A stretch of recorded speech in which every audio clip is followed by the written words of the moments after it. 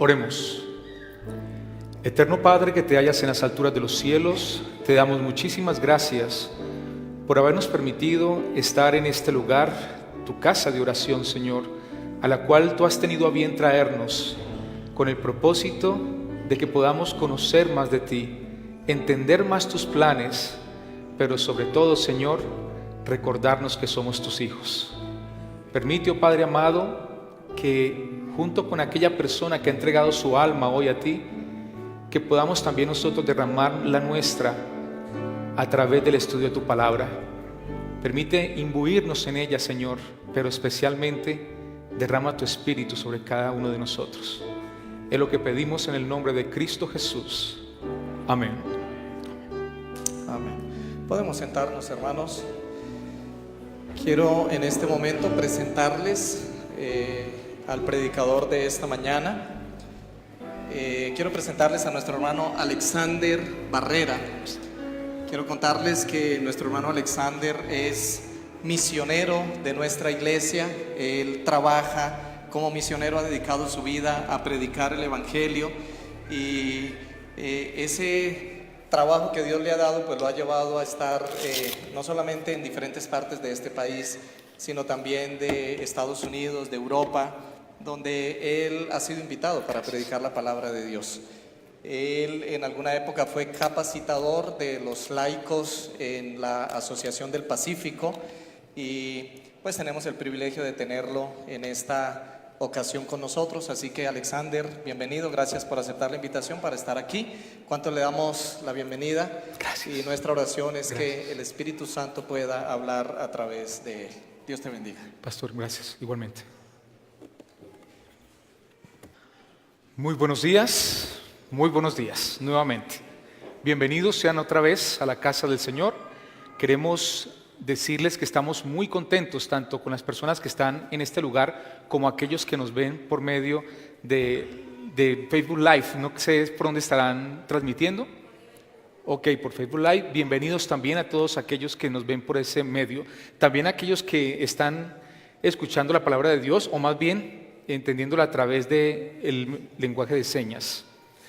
En este día y en esta mañana, todavía mañana vamos a presentar un tema que tiene que ver con la benevolencia sistemática. De pronto no es un tema muy popular que digamos, pero es también parte del plan de Dios, como es el plan de lo que debemos devolver a Dios a través de lo que Dios nos da a nosotros. Para empezar, queremos decir lo siguiente. El plan de benevolencia sistemática es real, en palabras sencillas, el plan del diezmo. Pero, ¿por qué nosotros damos el diezmo? ¿O por qué debemos dar el diezmo? La razón tiene que ver con la justificación por la fe. Es decir, con el plan de salvación. Es decir, que dar el diezmo es realmente parte de ayudarnos a ser salvos. Y ustedes dirán, ¿y cómo eso puede ser posible? Lo vamos a entender de la siguiente manera. Para ello debemos remontarnos a lo que fue la rebelión en el cielo. Según las Escrituras, nosotros entendemos que el problema del pecado no es originario de la tierra, sino que realmente se trasladó a la tierra desde el cielo. ¿Cómo lo sabemos? Bueno, hay varios pasajes, como Ezequiel 28, pero me gusta, por ejemplo, Apocalipsis 12, donde el versículo 7 reza de la siguiente manera. Después hubo una gran batalla en el cielo. Miguel, en referencia a Jesús, la palabra Miguel es una palabra que significa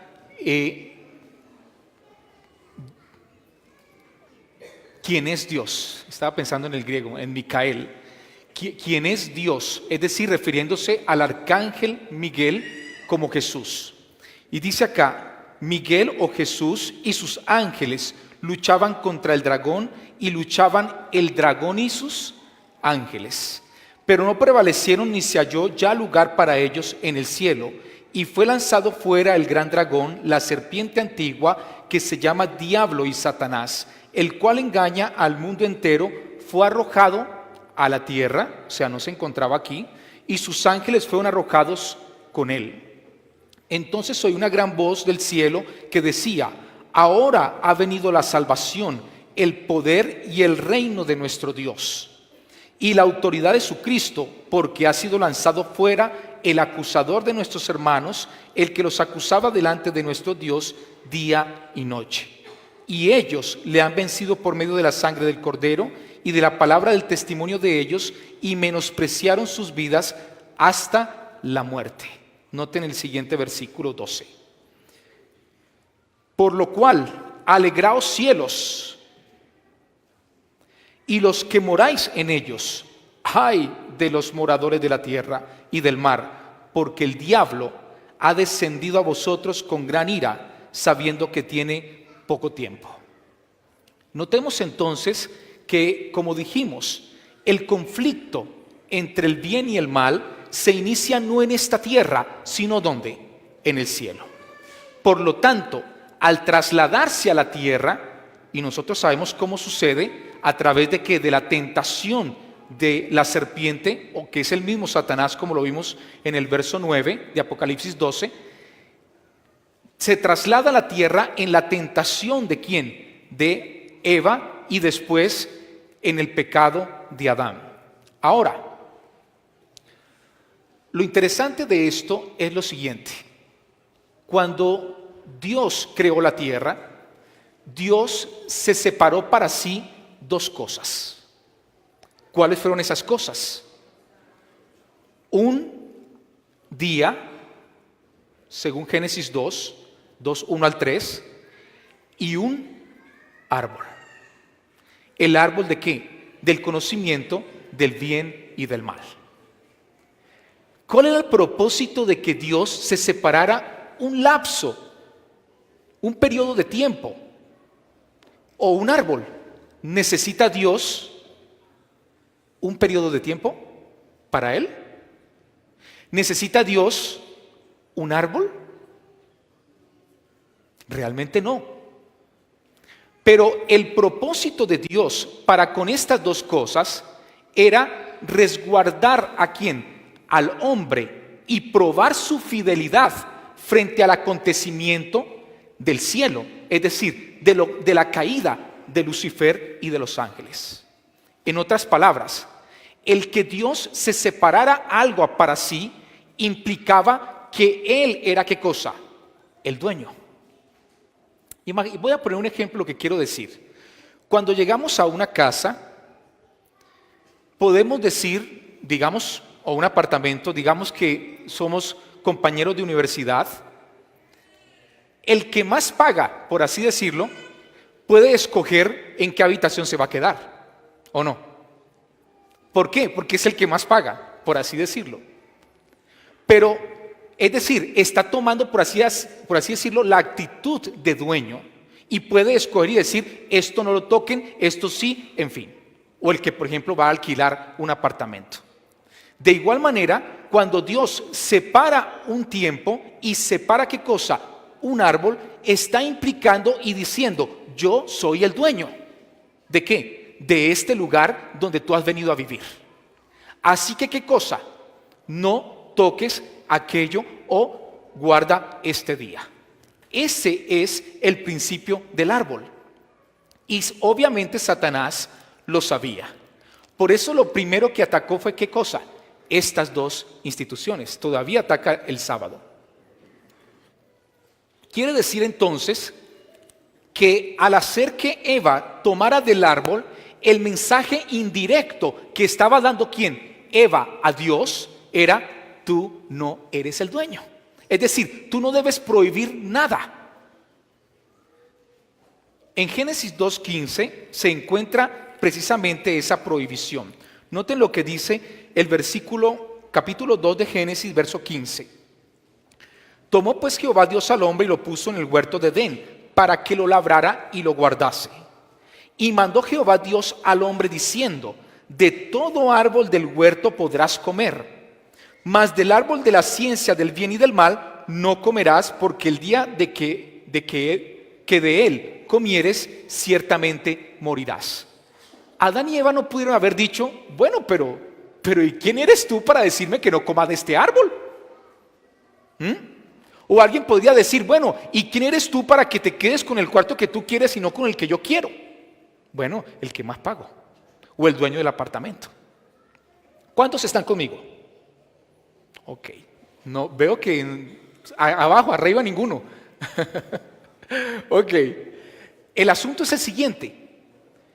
Como decía, Eva y Adán pudieron haber dicho, pero ¿y por qué tú quieres que guardemos el séptimo día y no, por ejemplo, el segundo y el tercero? Me gusta más el tercer día de la semana, porque el sábado. Bueno, nuevamente, porque es el dueño. Y vamos a poner otro ejemplo respecto al sábado. Por ejemplo, imaginemos que somos los dueños de una hacienda, ¿ok? Y hemos contratado personas que nos cuiden la hacienda, pero no tenemos para pagarle un salario a esas personas. Así que hacemos un trato, y el trato es, estas personas van a vivir allí, van a trabajar la tierra, tenemos cultivos, tal vez de maíz, de tomate, o tal vez de flores, invernaderos, tan lindas estas flores. ¿Y qué pasa? Le decimos a nuestro empleado, mira, trabaja durante 6 días para ti, ¿verdad? Domingo hasta el viernes. Pero el sábado solo trabajas para mí, ¿ok? Y lo que vas a trabajar para mí es dentro del mantenimiento de la casa y de la hacienda como tal. Pero ¿qué tal que el empleado diga, bueno, pero yo no quiero trabajar para ti el sábado, quiero trabajar para ti el martes? ¿Es eso lógico? Que esta persona que va a vivir en nuestra casa ponga las condiciones. Obviamente que no, las condiciones las pone ¿quién? Aquel que es ¿qué? El dueño. Así que tanto el árbol como el día están enviando el mensaje de ¿quién? De Dios hacia la humanidad, Adán y Eva, diciendo, yo soy ¿qué cosa? El creador. Pero Satanás logra que ¿qué? Que Eva envíe el mensaje contrario, y es, tú no eres el dueño de nada. ¿Por qué razón? Porque noten lo que dice acá. En Génesis 3 encontramos que la serpiente le dice a la mujer, dice, versículo 4, entonces la serpiente dijo a la mujer, no moriréis, todo lo contrario que había dicho Dios, sino que sabe Dios que el día que comáis de él, serán abiertos vuestros ojos y seréis como Dios, sabiendo qué cosa, el bien y el mal. ¿Qué fue lo que dijo? ¿Seréis como quién? Vamos a parafrasearlo y vamos a decirlo de esta manera. El día que comas del árbol, seréis el dueño. ¿De qué cosa? De este huerto, de este mundo. Y entonces está diciendo, ya el dueño no será quién, Dios, sino tú. Entonces aquí nos involucramos en otro aspecto importante de lo que es el asunto que estamos tratando. A saber, que la naturaleza del hombre, antes de qué, de la caída, es una naturaleza perfecta. Es lo que presenta Génesis 1, 26 y 27. ¿Qué éramos de Dios? Su imagen. No solo en lo físico, sino también ¿qué? En el carácter. Así que ¿qué cosa? Cuando hablamos de naturaleza perfecta o de naturaleza divina, está en el contexto del ser humano, estamos hablando de una inclinación hacia ¿qué? Hacia el bien. ¿Ok? Pero es decir, para el ser humano, en el caso de Adán y Eva, obedecer era tan fácil como para nosotros es desobedecer. ¿Qué sucedió entonces? Cuando Adán y Eva pecaron, su naturaleza se polarizó. Ya de una tendencia al bien, pasaron a una tendencia ¿a qué? Al mal. Esta tendencia al mal se llama naturaleza caída o naturaleza pecaminosa. En palabras sencillas, la naturaleza divina o perfecta es el amor de Dios, no el de este mundo. ¿El amor de quién? De Dios. Y la naturaleza pecaminosa o caída humana es egoísmo. ¿Cuántos están conmigo hasta aquí? Ahorita sí. Okay. Muy bien. Si eso es así, entonces podemos continuar diciendo: cuando nosotros entendemos que la naturaleza, ¿qué cosa?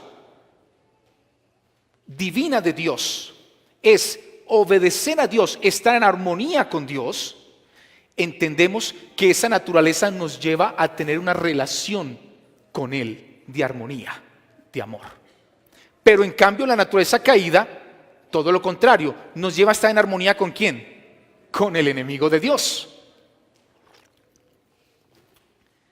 En Génesis 3:15 se presenta esto que estamos diciendo de una manera más directa al decir: dice Dios, y pondré, después de hablar con la serpiente, dice, y pondré enemistad entre ti y la mujer.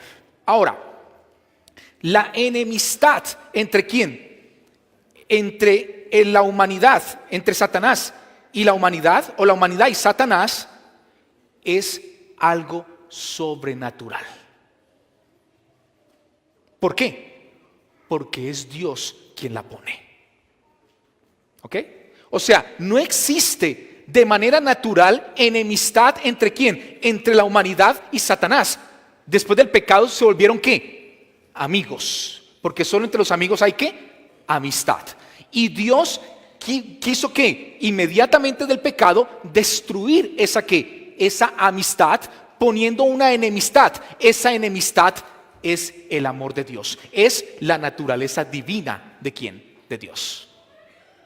Por lo tanto, todo lo que Dios vaya a hacer después de ¿qué? De Génesis 3:15 tiene que ver con ¿qué? Con nuestra justificación, con nuestra salvación, con nuestra redención. ¿Cuántos están conmigo? Muy bien. Ahora bien, ¿qué fueron las cosas que sucedieron después? En panorámica, Dios mira el conflicto entre el bien y el mal. ¿Y qué hace Dios? Dice, ok, Satanás está empeñado ¿en qué cosa? En borrar de la mente de las criaturas el hecho de que yo soy el creador y por lo tanto el dueño de la creación y por lo tanto el juez. ¿Sí o no? Así que ¿qué? Que cada uno de los que vivimos aquí tenemos que tener en cuenta que todo lo que hagamos recibirá un ¿qué? Un juicio de Dios. ¿Y por qué tiene derecho a juzgarnos? Porque Él nos creó. ¿Ok? Así que Dios dice, no voy a permitir que Lucifer quite, ¿qué cosa? De la mente de mis criaturas el hecho de que yo sea su creador y el dueño de todo. Así que, ya que me quitó el árbol, voy a separar otra cosa para mí. Ayúdenme, ¿qué se separó Dios después del pecado? No, el sábado ya estaba separado desde el principio en Génesis 2:3, 1 al 3. ¿Qué cosa? Nadie me está ayudando. ¿Por acá? Bueno, tal vez estoy un poco sordo. Se separó un cordero. Ah, dice todo, ¿no? ¿Se separó qué cosa? Un cordero. ¿Y quién tuvo que separar ese cordero? La humanidad. ¿Representada en quién? En Adán y Eva. Estaban separándose ahora un cordero. ¿Para qué? Para morir por ellos. Ahora, en la sentencia divina, Dios sabía que para poder contrarrestar el egoísmo del hombre, necesitaba separarse algo, pero ese algo debía implicar el dolor de haber ¿qué? Desobedecido ¿A quién? A Dios en su palabra, en no obedecer a qué cosa, a su palabra. ¿Saben una cosa? No sé cuántas personas sean amigos aquí en nuestro medio, pero dentro de la iglesia adventista tenemos una escritora muy famosa llamada Ellen G. White. Y ella, escribiendo sobre el aspecto de la caída del hombre, presenta cómo para Adán y Eva quitarle la vida a ese cordero fue algo muy difícil. ¿Sabían ustedes eso? ¿Cuántos conocen un cordero en vivo y en directo? He ido ahí a Panaca. Pero ¿cuántos lo han tenido entre sus piernas, entre sus brazos? Tengo varias manos. ¿Saben una cosa?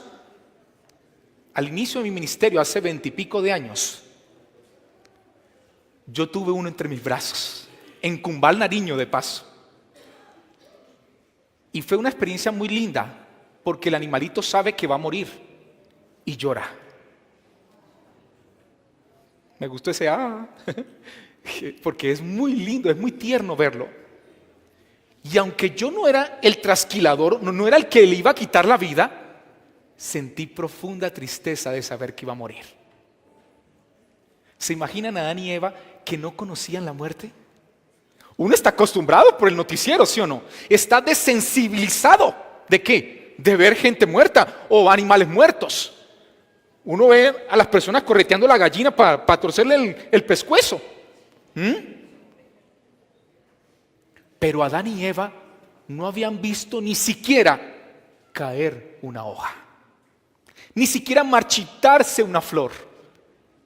Y ver ahora, y no ver, tener que quitarle la vida a un ser inocente. ¡Wow! Entonces, ¿qué hace Dios? Se separa un cordero con un propósito, y el propósito es que el hombre reconozca todavía quién es el creador, el dueño de todo y también nuestro juez. Ahora, ustedes dirán, ¿y dónde está eso? Bueno, en Génesis capítulo 3, nosotros encontramos en el versículo 20, vamos a ver el 20 para coger el contexto, que dice, después de que Génesis 2:25 dice que estuvieran desnudos, dice acá, y llamó a Adán al nombre de la mujer Eva, por cuanto ella era madre de todos los vivientes, y Jehová Dios hizo al hombre y a su mujer, ¿qué cosa?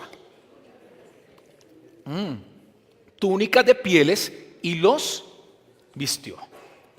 Para poder hacer túnicas de pieles, tiene que haber ¿qué cosa? Obviamente el animal de donde se sacó ¿qué cosa? La piel. Me alegro mucho escuchar, no sé si es Dolce & Gabbana o algunos de los grandes diseñadores que acaban de decidir esta semana no más utilizar pieles de animales para sus vestidos. Eso es muy bueno. Pero ya saben, para utilizar las pieles tiene que haber la muerte ¿de quién? De un animal, obviamente. Así que ¿qué cosa? Nosotros entonces vemos que Dios se separa ¿un qué?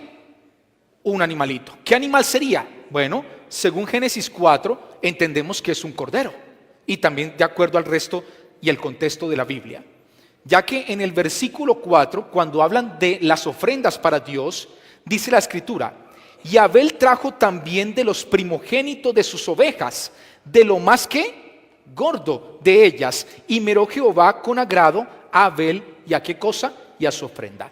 ¿De quién aprendió Abel? De sus padres, de Adán y Eva, que también estaban ¿qué? Separando un cordero para Dios. Así de igual manera Abel, ¿qué hizo? Separó un cordero para Dios. Y noten lo que dice precisamente dentro del contexto de lo que Caín ofrece a Dios, que ofreció fue verduras.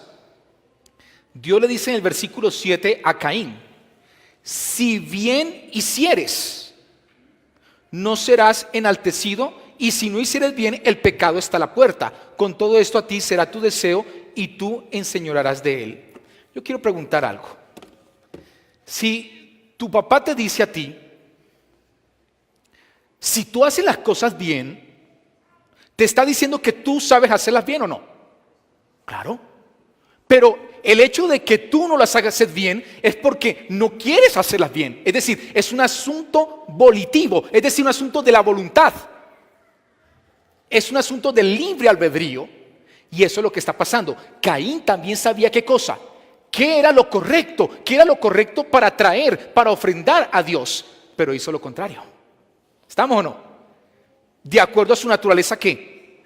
¿De amor o de egoísmo? De egoísmo. Noten cómo va la idea. ¿Ok? Ahora, seguimos diciendo, durante un tiempo, desde Adán hasta Abraham, las familias sacaban un cordero y ofrecían un cordero ¿a quién?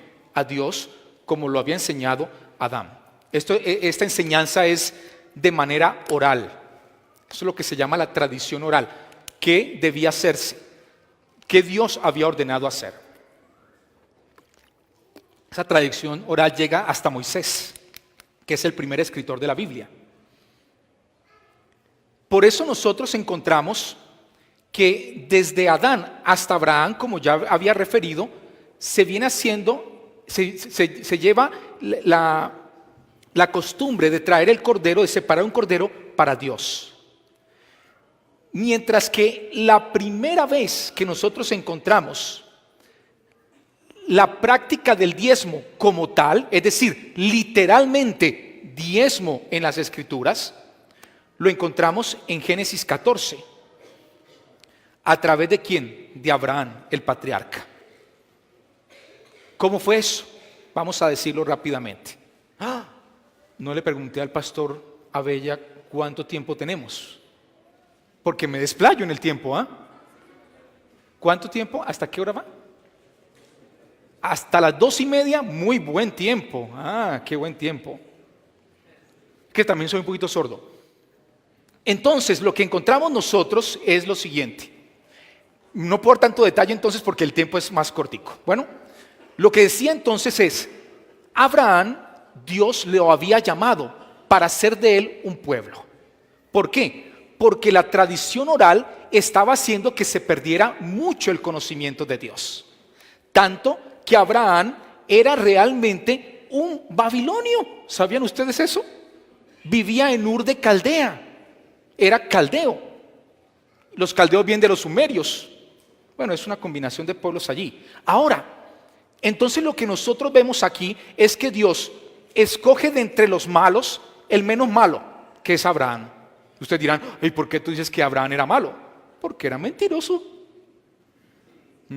¿Recuerden cuando dijo que su esposa era quién? 2 veces lo hizo. No era tan bueno, ¿no? Así que el menos malo, que era Abraham, Dios lo separa. ¿Y qué hace Dios? A ese hombre, el propósito de Dios con ese hombre es hacer que en este hombre todo un pueblo. ¿Y ese pueblo para qué? Para guardar la verdad, la luz de qué cosa? De Dios. Aparte de traer a través de su descendencia la simiente, es decir, el Cristo o el Mesías o el ungido. Así que ¿qué cosa? Sale Abraham, comienza a ¿qué? A vivir en Canaán y pasa algo. Él no sale solo, sale con muchas riquezas de su tierra y se vuelve más rico en Canaán, pero no sale solo en el sentido de que sale con un familiar. ¿Ese familiar fue quién?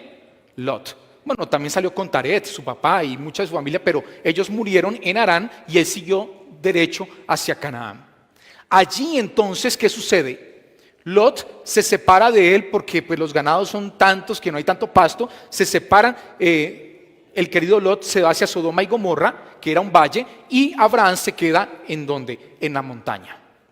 Luego los reyes de esos contornos, es decir, de esos territorios que tenían a otros reyes tributando, los atacan. ¿Y qué hacen? Llevan a Lot preso. Y Abraham va y lo rescata. Y después de rescatarlo, le salió un personaje muy particular y famoso entre la Biblia. Ese personaje se llama Melquisedec. Noten lo que dice Génesis 14, 17. Cuando volvía de la derrota de Kedorlaomer y de los reyes que con él estaban, salió el rey de Sodoma a recibirlo al valle de Seif, que es el valle del rey. Entonces Melquisedec, rey de Salem y sacerdote del Dios que Altísimo, sacó pan y vino. ¿Sacerdote? Sí. Abraham no era el único que creía en Dios. En su tiempo habían muchos más, o por lo menos algunos más. Tenemos a Job, que era del tiempo de ¿qué? De Abraham. Tenemos a Abimelech, al que también le mintió allá en el Neguey. Y que también le dijo que su esposa era realmente su hermana. Y Abimelech casi se casa con ella. Pero como era un hombre de Dios, Dios le habló en sueño. Dios no le habla en sueño a cualquiera.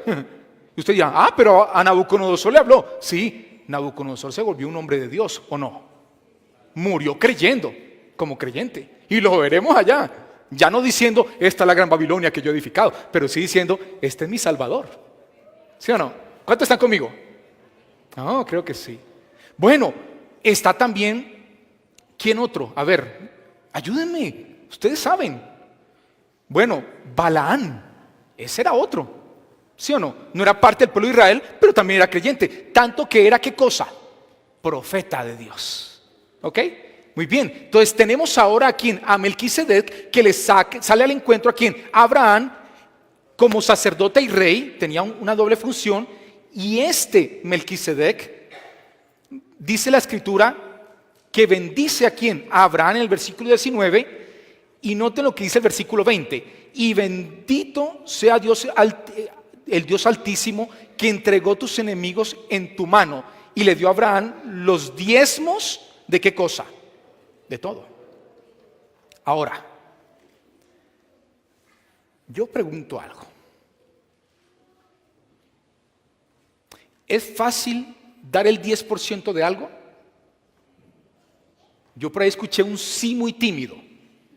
Y yo diría, sí, si estás en el amor. No, si estás en el egoísmo. ¿Ok? Pero más difícil es dar en el egoísmo cuando es de mucho. Cuando el diezmo es de una cantidad grande.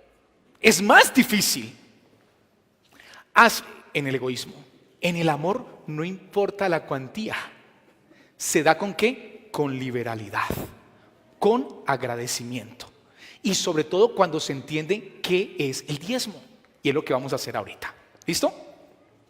Entonces Abraham dice que da el diezmo ¿de qué? De todo. De hecho, Jacob, ¿su qué? Su nieto, también hacía lo mismo, según Génesis 28. Vamos rápidamente a Génesis 28, verso 20.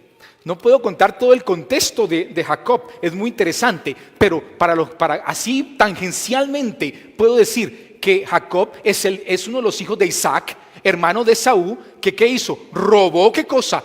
La primogenitura, que podría hablar de la primogenitura, pero no tengo tiempo. ¿Y qué cosa? ¿Y qué hizo? Después de huir, ya que el hermano de Esaú lo iba a matar por haberle robado la primogenitura, tiene un encuentro personal de Dios allí en Betel, casa de Dios. ¿Y qué sucede? Y hace un pacto con Dios en Génesis 28 y el versículo 20, al decir lo siguiente: e hizo Jacob voto o pacto, diciendo: si fuere Dios conmigo y me guardare en este viaje en que voy, y me diere pan, ¿para qué cosa? Y vestido para vestir. Uno podría decir, ese Jacob era un interesado, pero no. Dios, el principio del diezmo es recibir, ¿para qué cosa? Para dar. Entonces está en armonía. En armonía. Imagínense al pobre Abraham que se encuentra a Melquisedec en el camino. Melquisedec le bendiga y Abraham diga: no, pues no tengo nada que darte porque soy bien pobre, ¿no? Dios le había dado mucho y él dio mucho también.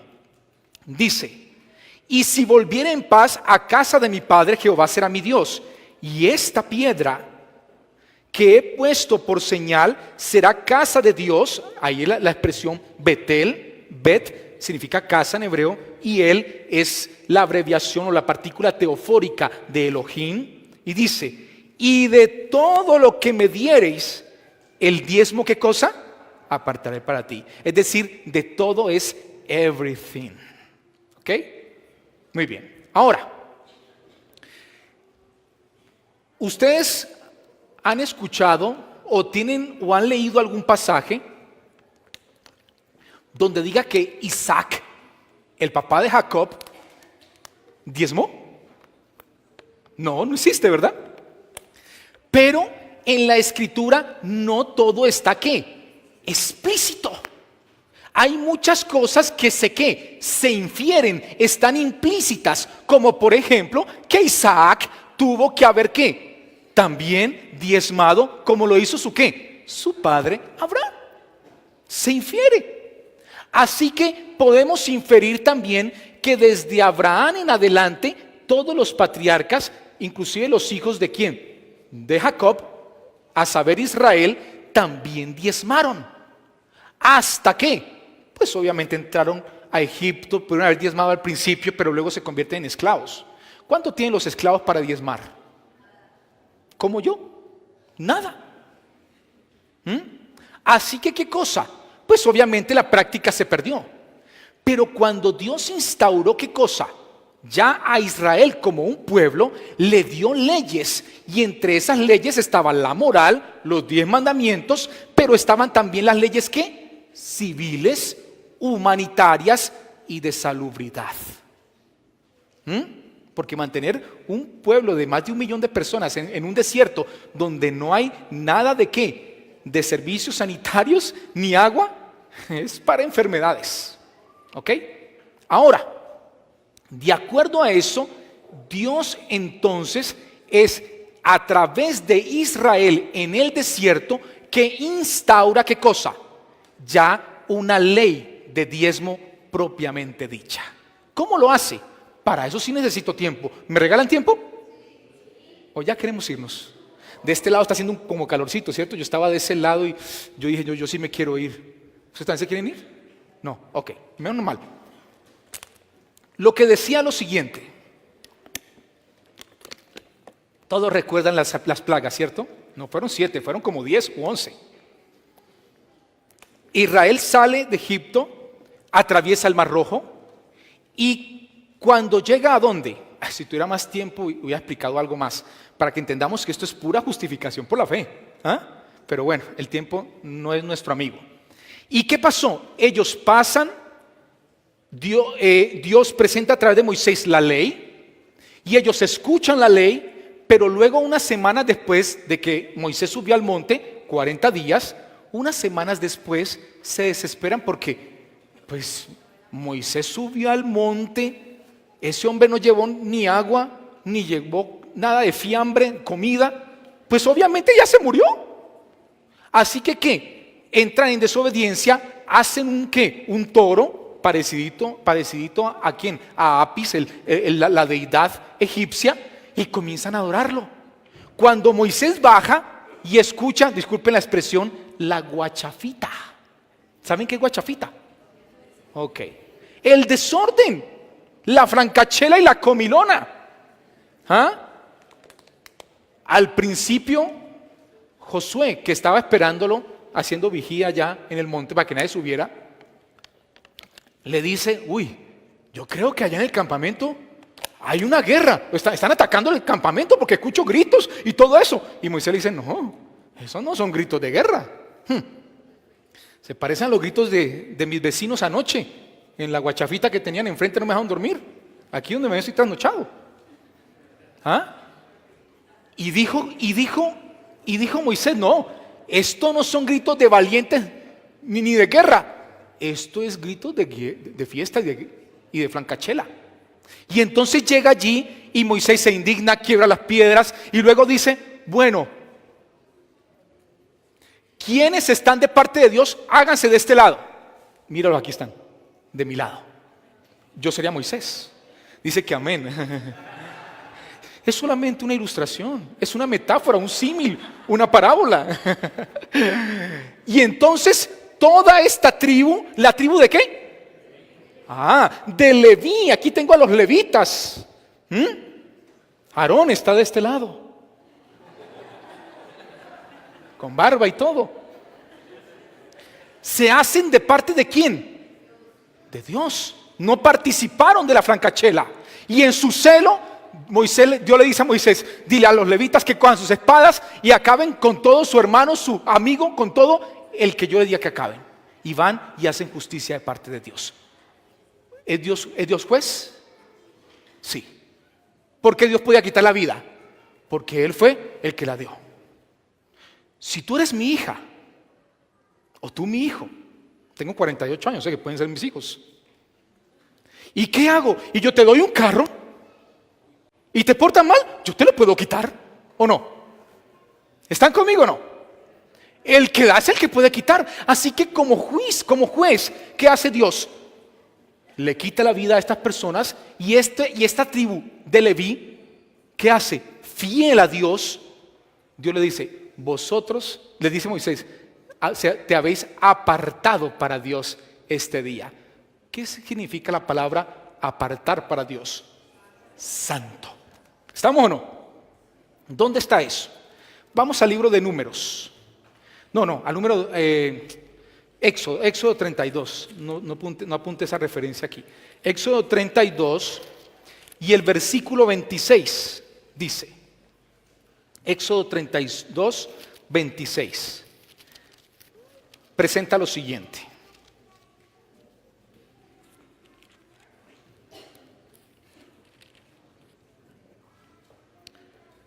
Se puso Moisés a la puerta del campamento y dijo: ¿quién está por Jehová?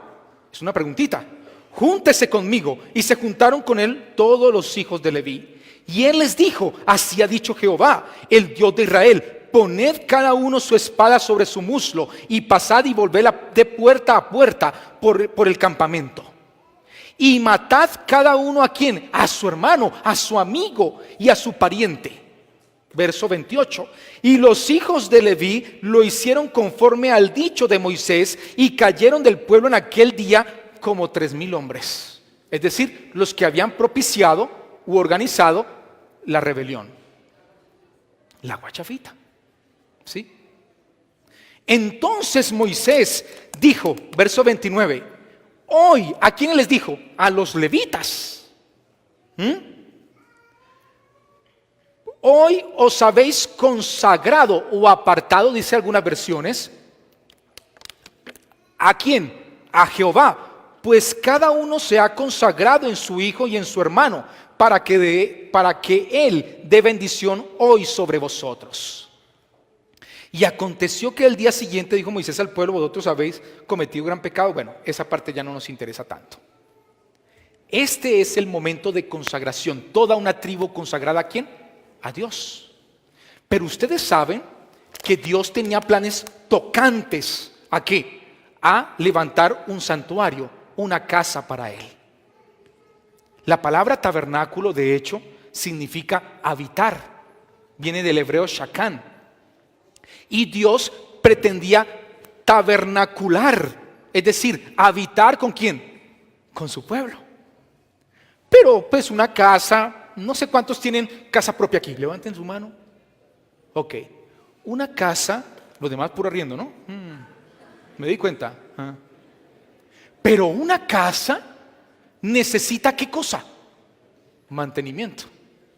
Por más bonita que sea la casa, si no se le hace mantenimiento, aseo, en fin, se deteriora, porque todo va a la ¿qué? A la destrucción. ¿Sí o no? Como el universo, al desorden. Pues ¿qué pasó? Dios necesitaba obviamente quien mantuviera esa casa, pero más importante aún, quien realizara los servicios que Dios iba a tomar. Ya no el cordero por familia. Imagínense, en 1 millón de personas, por lo menos habían 300,000 o 200,000 familias. 200,000 corderos, uy no, Entonces Dios establece una ley de sacrificios. ¿Para qué? Para que los sacerdotes los efectúen dentro del santuario, en el altar del holocausto, donde ustedes obviamente deben saber algo de eso. Ahora, pero Dios dice, bueno, ¿y yo cómo voy a mantener a estos muchachos? Porque pues la idea es que los saqué, le dije a Abraham en Génesis 12 que les iba a dar una tierra que emana leche y miel, y que su descendencia, es decir, estos, según Génesis 15, 13 al 16, iban a ¿qué cosa? A heredar esa tierra, que es la tierra de Canaán. Canaán significa comerciantes. Y entonces llega que Dios les da la tierra a través de Moisés y reparte la tierra, pero no la reparte para las 12 tribus, sino para 11 tribus.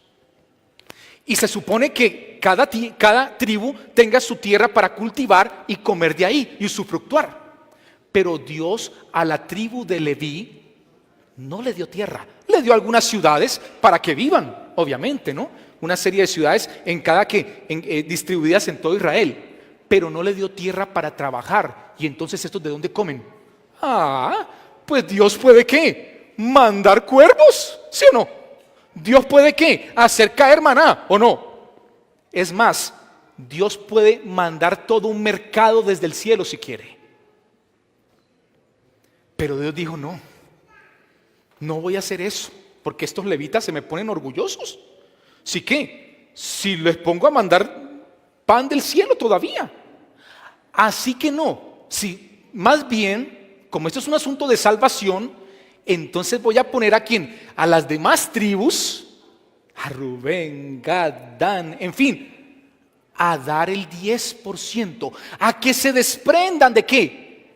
Del 10% de lo que yo les haya dado. ¿Cuántos están conmigo hasta aquí? Uy, creo que sí están todos. Bien, bien, gracias por seguirme. Es decir, pregunta. Aquí tengo una chica aquí enfrente que me mira muy, muy incisivamente. Y ella se está preguntando en sus ojos. Es en sus ojos, ¿no? ¿Y yo por qué tengo que darles el 10% a estos? A los de Leví. Si yo soy la que me mato allá, cultivando, pastoreando, en fin. La respuesta para esta chica incisiva en sus ojos es: porque el dueño, que es el que te dio la tierra, tú trabajas para él, te lo ha ordenado. ¿Es una qué? Una orden, es algo imperativo. ¿Ok? No es si quieres dar el diezmo, no. Debes dar el diezmo. ¿Ok? Entonces, ¿por qué? Porque ese diezmo ustedes me lo devuelven a mí, dice Dios, y yo se lo doy a ellos. ¿Como qué? Como heredad. No les di qué cosa, no les di tierra, pero les doy cómo subsistir. ¿Están conmigo? Muy bien. Vamos a ver eso en Números. Ya vamos a terminar, aunque el tiempo también se me va a terminar. Me quedan 2 minutos según esto. Números, capítulo 18. En Números 18 está explícito este asunto. Noten lo que dice el versículo 21. Números 18, 21.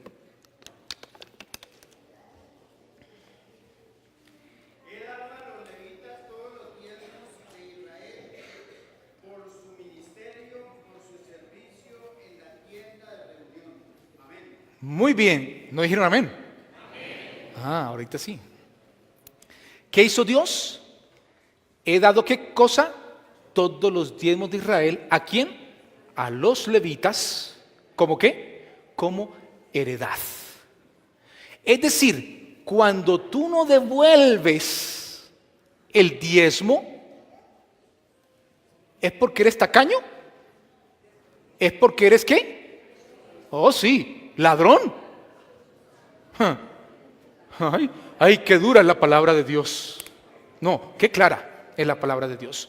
Porque no nos pertenece. Esto es como si yo tuviera un socio capitalista. Aquí lo veo. Tengo 2 socios capitalistas aquí los veo. Tenemos una empresa y ustedes me dan su dinero, sus recursos para que yo los trabaje. Pero ustedes me dicen, tú ganas esto, pero nos das el 10% de las ganancias. ¿Es eso justo? Sí, porque es con su plata que yo trabajo. Si yo no lo hago, ¿qué estoy haciendo? No estoy siendo tacaño, estoy robándole ¿a quién? A ellos que son el dueño ¿de qué? Del dinero, que son mis socios. ¿Saben que estos socios son sospechosos? Sospechosos. Quedan mal a veces, pero el socio del cielo, ese no queda mal. Es fiel sobre todas las cosas. Y cuando tú te asocias con él, la prosperidad está ¿qué? Asegurada. Pregúntenle a Abraham, pregúntenle a Jacob y pregúntenle a Malaquías, capítulo 3.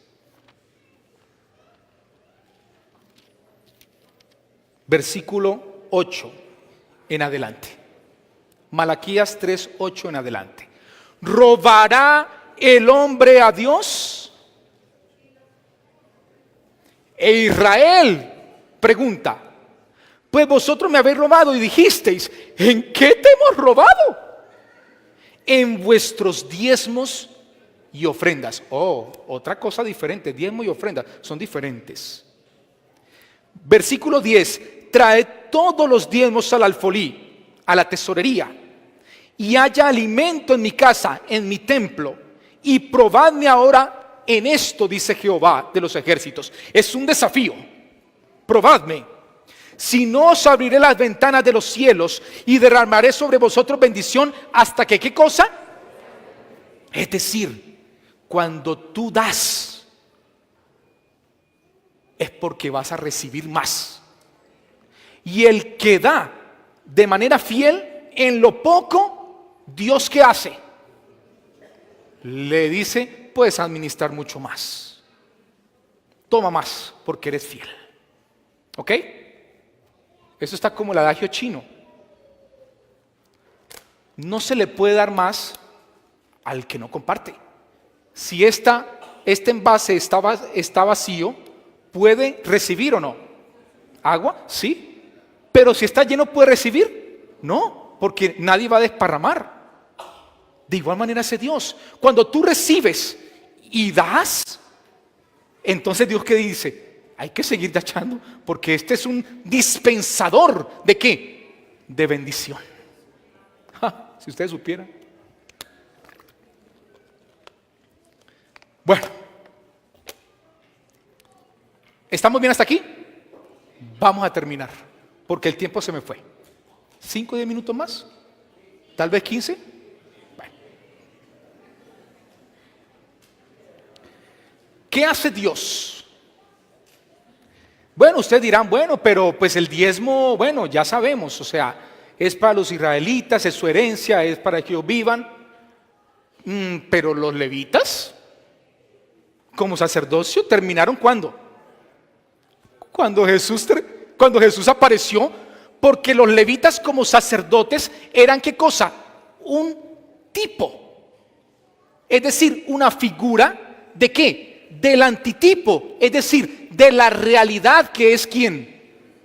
Jesús, según Hebreos 4:15, que es nuestro verdadero ¿qué? Sumo sacerdote. Ellos eran la proyección ¿de quién? De Jesús. Entonces cuando Jesús dice en Mateo 27:50, consumado es. ¿Y se qué? Y se rasga ¿qué cosa? El segundo velo del templo, el velo que separaba el lugar santo del lugar santísimo, se rasga de arriba abajo, un velo que medía casi 4 metros y era supremamente grueso, porque se rasgó de arriba abajo. Subirse ya estaba complicado.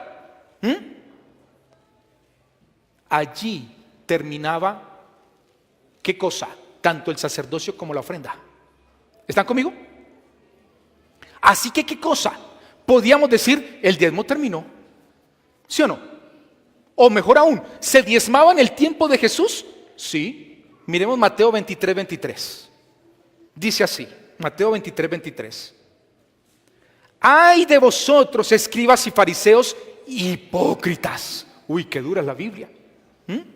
¿Por qué? Porque diezmáis la menta y el eneldo. ¿Conocen la menta y el eneldo? No. Son cositas chiquiticos, semillitas. Y el comino también, que también es pequeñito. Y dejáis lo más importante de la ley, la justicia, la misericordia y la fe. Esto era necesario, es decir, diezmar hasta el comino y la menta, sin dejar de hacer ¿qué? La misericordia y el resto de cosas. Es decir, ¿Jesús está de acuerdo con el diezmo aquí? Sí, claro que sí. Y está diciendo, hay que hacerlo, pero sin dejar de hacer lo otro. ¿Pili? Entonces, la pregunta sería ahora, listo, sí, se diezmaba hasta allí, pero ya dijimos que el sacerdocio terminó. Entonces también debió haber terminado. Si ya no, si ya no tienen empleo, quedan desempleados. En Colombia eso es normal. Entonces, ¿para qué le damos el diezmo? Es decir, ¿la práctica del diezmo terminó? Yo pregunto, sinceramente contésteme, voy a bajar para que mirarlo más a los ojos, yo soy miope, sobre todo a mis socios. ¿Ustedes hasta aquí en este momento creen que el asunto del diezmo es un asunto de salvación o no? ¿Cuántos creen eso? Pregunta, ¿ya somos salvos? Sí, somos salvos, cuidado con eso. Claro que sí, a través de Cristo Jesús. No hemos recibido nuestra ¿qué? Recompensa todavía. No merecemos estar aquí. Algunas personas dicen, ay, ven un Lamborghini y dice, el carro que me merezco.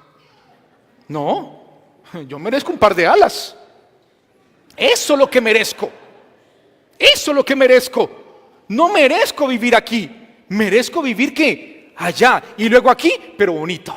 Esto aquí está muy feo. A pesar de esto tan bonito. ¿Cuántos están conmigo? Ahora, si el diezmo es un asunto de ¿qué? De salvación, hace parte del plan de salvación para erradicar el egoísmo del mundo, pero aún nuestra salvación está ¿qué? Está en curso, todavía no estamos en el cielo, todavía no somos lo que realmente debemos ser, ya con un cuerpo glorificado. Entonces el diezmo no puede haber terminado.